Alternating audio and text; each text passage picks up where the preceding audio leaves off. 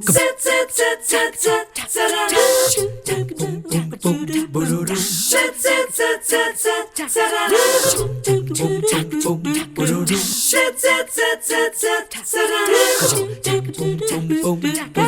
always nice to see you as you join us for 3+You each and every day. You know, we never quite know when we come to work who we're going to have a chance to talk to, with 5 or 6 guests a day on the show. Each day brings its own unique insight and look into what's going on around the Tennessee Valley. So lucky for me, Candace Graham is first on the hit parade this morning. She's been coming our way with Main Street Dayton for a while now. Good to see you. Good to see you again. You are making me want to jump in my car and head up to Dayton, whether it's Strawberry Festival time or not. Yeah, there's lots of exciting things coming up, and the town is busy even though the weather can't make up its fun, so we're doing great. Dayton is growing, and I think, you know, during COVID, so many people across the country had a chance to not stay living where they were living and choose where they wanted to go. And small town America has seen a resurgence, I think, because of it. Absolutely, and you know, we're super fortunate up there. We had several businesses open in later 2020, and I think it was 7, and I think 2 of them have moved out of the downtown, but we've hadn't experienced any closures, which is very encouraging to our community. Well, there's just a wholesomeness that you find when you're there, and you are a close community. So I know you wanted to come on today and talk about the new business development center that you have. Is that right? Yeah, so in August, my office moved. It was located in our Welcome Center for 16 years. And so we, through the Tennessee Economic Community Development Placemaker Grant and a few others that came alongside, we were able to open up a entrepreneur center and co-work space in our downtown. So it's very exciting, and we hope to continue to partner with different organizations to bring all the resources needed for our small businesses to thrive. So in order to utilize that, do you need to live in Dayton, or do you just need to open a business in Dayton? Absolutely not, and sorta. Okay. So we can serve our surrounding areas. I know that Chattanooga has several of those spaces also, but we welcome passerbyers. We welcome people that are looking for a private office, so remote workers, startup small businesses, or even co-workers. So if you're in town for a week and you need an office space for a week, we can do that also. So is it designed, then maybe I had the wrong idea, is it designed to be a resource to help somebody with a small business idea get started? Yes. Okay.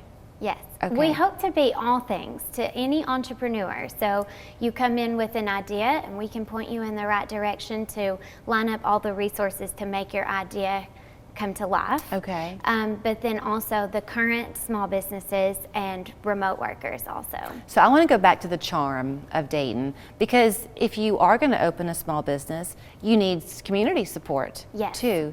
People who are longtime residents of Dayton are proud of where they call home, but they're very eager to welcome in new people who are proud to be home. Yeah, well, you know, when you have so much influx in a short period of time, you kind of love it or you hate it. But I think over time, our community has become more welcoming of the newcomers.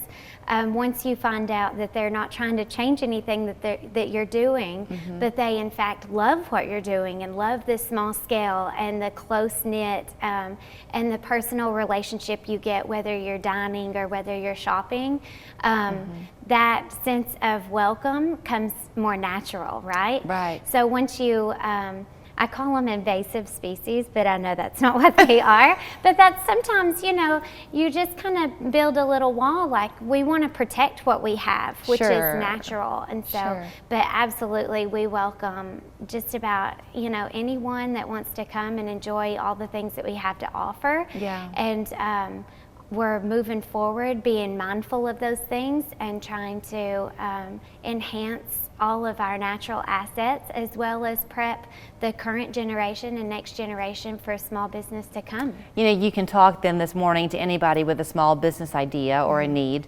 for your business center, but to the tourists who might want to come to Dayton, we're on the cusp of spring break around here. If you're not heading to the beach, why not hit some of the satellite cities around the Chattanooga area and go be a part of your day for the day? Yeah, absolutely. We have lots of free things to do, lots of parks. We're becoming quite the walkable city, so you could go to the park, go to eat, and go to shop, and only park your car one time. And we are still so small, we don't charge for parking. So whoa, okay, that may be the selling point for everybody. Yeah. You're so fun to talk to. Oh, thank you. And you love your town. I do. I have I've lived there my whole life, but in the past 5 years, there's just a passion that's been unveiled, seeing it behind the curtain, if you will. And what really ignites that passion is the small businesses and their love and their commitment to seeing the town thrive and keeping a historic place alive for their grandkids and then their grandkids to experience those same small town feels. I love it. Okay, here's how you can find out more.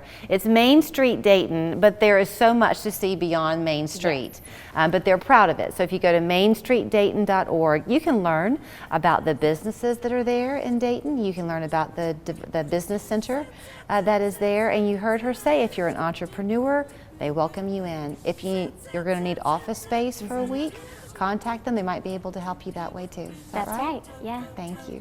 Thank you.